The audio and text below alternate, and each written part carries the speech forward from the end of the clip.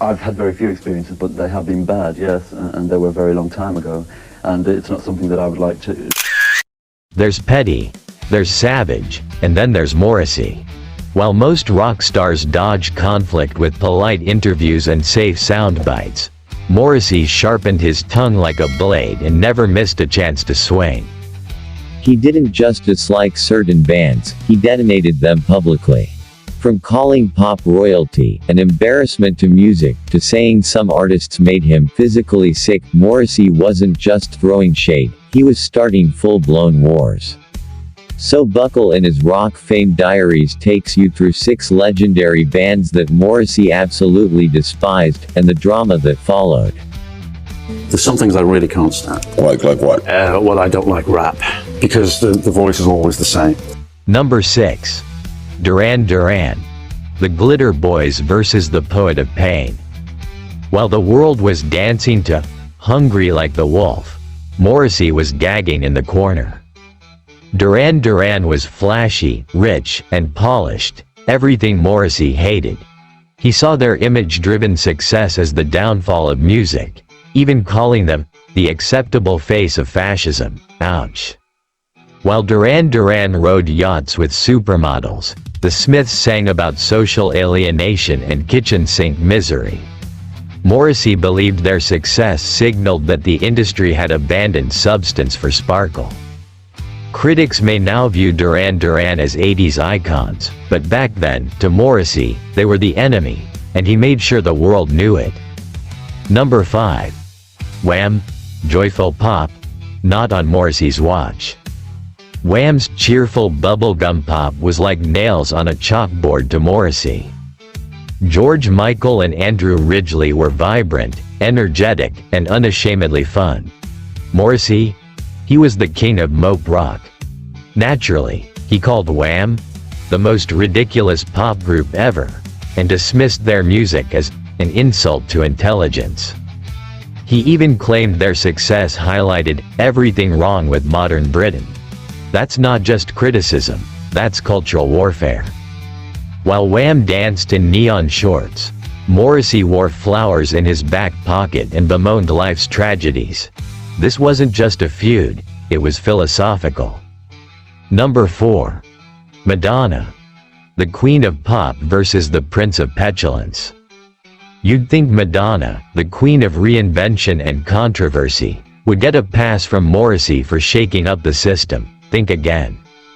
He once described Madonna as the closest thing to organized prostitution in music. That wasn't even the worst of it. Morrissey dismissed her as a publicity machine, more concerned with sex appeal than talent, and accused her of collecting famous men like trophies. He believed she represented fake spirituality, false accents, and manufactured fame. And yet, both were fiercely independent, boundary-pushing artists who thrived on control. The irony?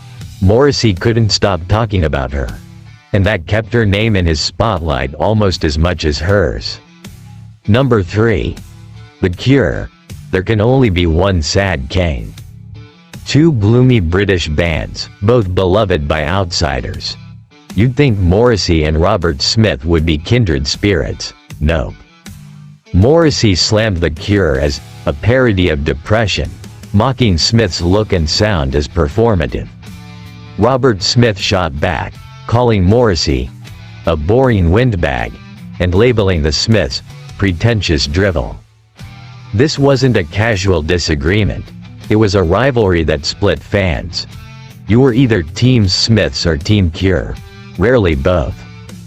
While Morrissey believed he embodied authentic sorrow, he accused Smith of turning misery into marketable fashion. Meanwhile, Smith argued that Morrissey was just trying too hard. In hindsight, they were probably two sides of the same coin, but neither would ever admit it. Number 2. Blur. The Britpop betrayal. When Britpop surged in the 90s, Blur was everywhere.